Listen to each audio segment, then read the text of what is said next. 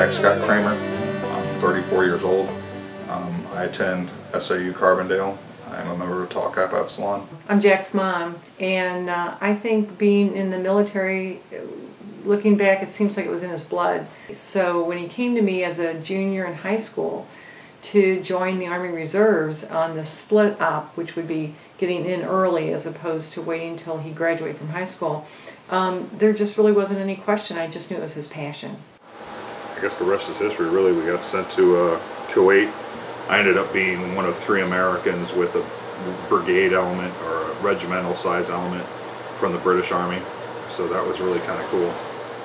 I switched to psychological operations, PSYOP, and PSYOP does everything from surrender appeals with like loudspeakers or leaflets telling people how to surrender to telling little kids not to play in the street when they see, convoys coming by.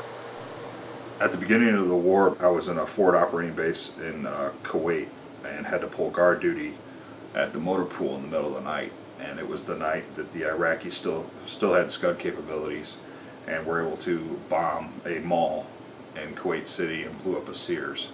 And I saw the impact that night. And that's pretty much the closest I came to getting killed.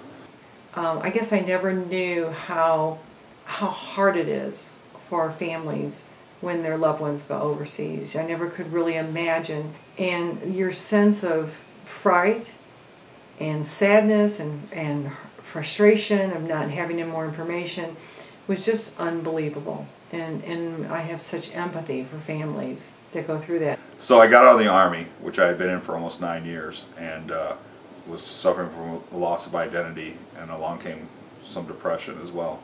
And I was pretty much confined to my mom's couch in the basement of her house, and wasn't really living life. And so I started seeing a counselor, and she taught me to think about things differently rather than treat it with drugs.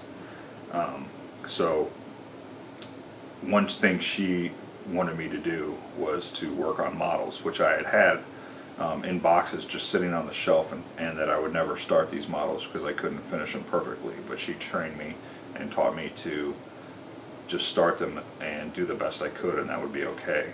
And that was like a microcosm of my whole life. I was living my life in a box on a shelf and not really trying anything. But through this training and doing the models, I was able to eventually hold a job and then return to school as well.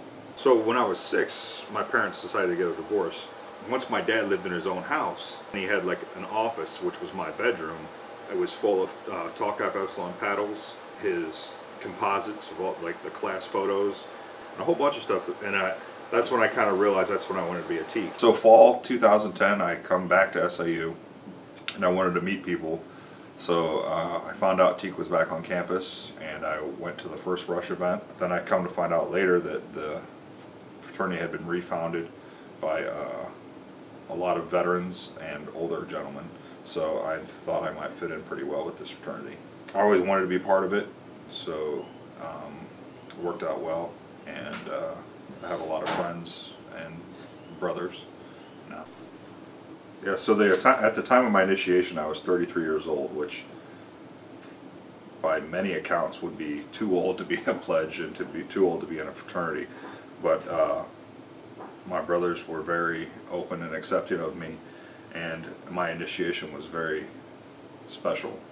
And my dad came down, since he was a teak also, obviously.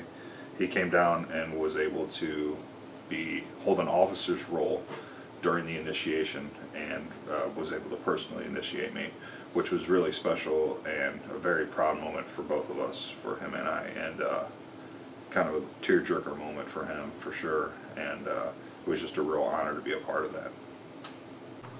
Well, there's a quote that kind of sums up my life in the last 7 years, I guess, since I quit school and went to Iraq and came back, and it's a quote by Winston Churchill. It's, "Success is not final, failure is not fatal. It is the courage to continue that counts."